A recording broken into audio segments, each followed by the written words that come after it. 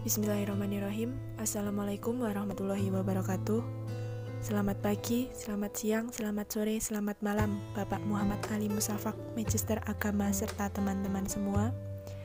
Pertama-tama, marilah kita panjatkan puji syukur kepada Allah Subhanahu wa Ta'ala karena telah memberikan rahmat kesehatan dan keselamatan sehingga kita semua dapat melakukan pembelajaran ini dengan baik walaupun secara daring. Di video kali ini, kami kelompok 1 akan mempresentasikan materi tentang pemikiran Murji'ah. Sebelum ke materi, perkenalkan anggota kelompok kami. Saya Tiffany Novia Ramadhani dengan NIM 213141044. Saya Puspa Anggraheni dengan NIM 213141050. Saya Faradila Dea Fahrezi dengan NIM 213141056. Saya Afifah Yasin Arfianti dengan NIM 213141061. Sebelumnya, saya akan membacakan beberapa gambaran tentang materi yang akan kita pelajari. Yang pertama, pengertian Murji'ah. Yang kedua, sejarah kemunculan Murji'ah. Nanti akan memuat yang pertama sejarah kemunculan Murji'ah sendiri, yang kedua tokoh Murji'ah, yang ketiga doktrin Murji'ah, dan yang ketiga sekte Murji'ah, yang keempat kesimpulan. Langsung saja ke materi. Yang pertama, pengertian Murji'ah. Nama Murji'ah berasal dari kata irja atau arja'a yang berarti memberi harapan, yakni memberi harapan kepada pelaku dosa besar untuk memperoleh pengampunan dan rahmat Allah. Oleh karena itu, Murji'ah artinya orang yang menunda penjelasan kedudukan seseorang yang bersengketa, yakni Ali dan Muawiyah serta pasukannya masing-masing ke hari kiamat kelak. Materi selanjutnya akan saya jelaskan tentang sejarah kemunculan Murji'ah.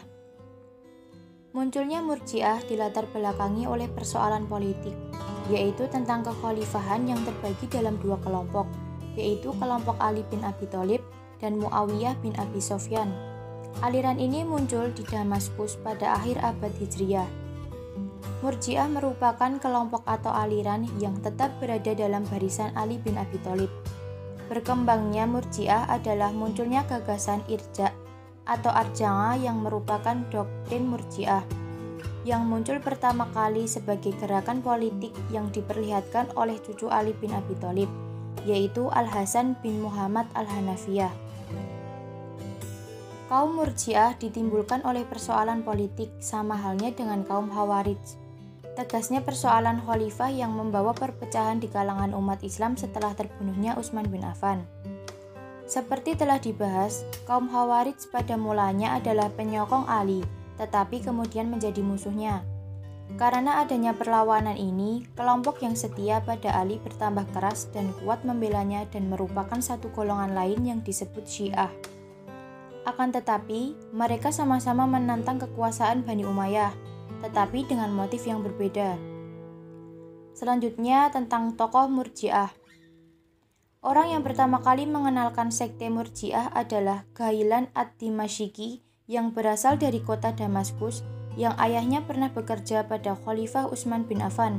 Dia datang ke Damaskus pada masa pemerintahan Khalifah Hashim bin Abdul Malik pada tahun 105 sampai 125 Hijriah.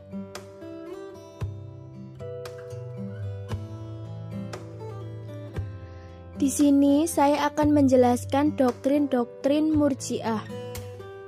Ajaran pokok Murji'ah pada dasarnya bersumber dari gagasan doktrin irja atau arja'a yang diaplikasikan dalam banyak persoalan, baik persoalan politik maupun persoalan teologis. Persoalan politik, doktrin irja'a diimplementasikan dengan sikap politik netral atau non-blok yang hampir diekspresikan dengan sikap diam.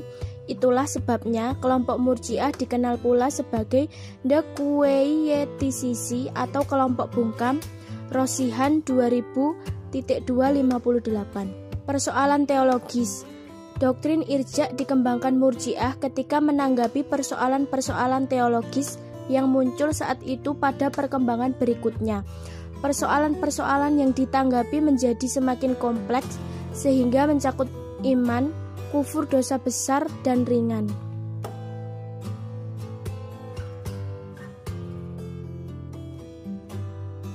Doktrin teologi Murji'ah menurut Harun Nasution menyebutkan 4 ajaran pokok, yaitu yang pertama, menunda hukuman atas Ali, Muawiyah, Amr bin As, dan Abu Bakar Musa al-Asy'ari yang terlibat tahkim dan menyerahkan kepada Allah di hari kiamat kelak.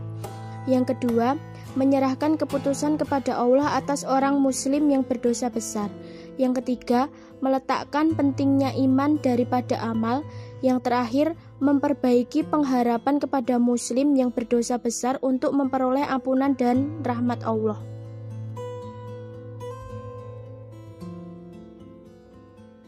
Dari ketiga yaitu sekte Murji'ah. Kemunculan sekte-sekte dalam kelompok Murji'ah tampaknya dipicu oleh perbedaan pendapat, bahkan dalam hal intensitas. Di kalangan para pendukung Murji'ah sendiri, dalam hal ini terdapat problem yang cukup mendasar ketika pengamat mengklarifikasikan sekte-sekte Murji'ah.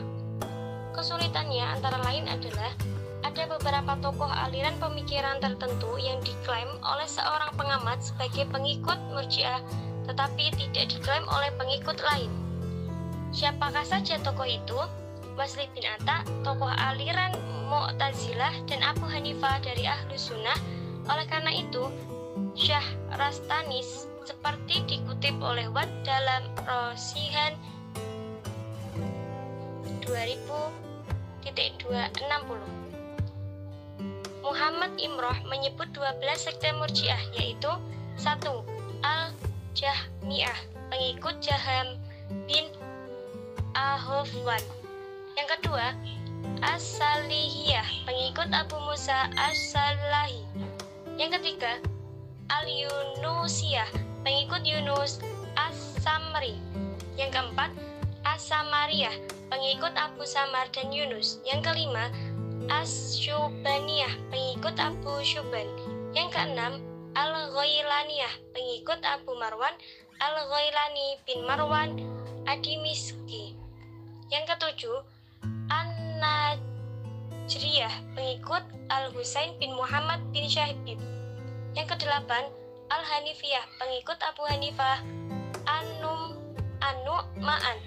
Yang kesembilan, Asy-Syaibiyah, pengikut Muhammad bin Syabib.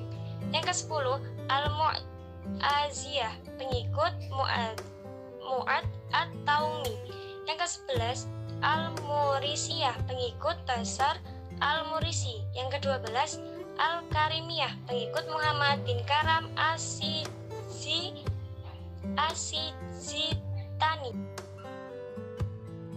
Dan yang terakhir yaitu kesimpulan.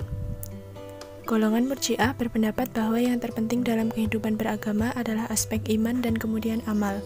Jika seseorang masih beriman, berarti dia tetap mukmin, bukan kafir. Adapun jika dia melakukan besar, maka ada hukuman bagi dosa besar itu, terserah kepada Allah akan ia ampuni ataupun tidak.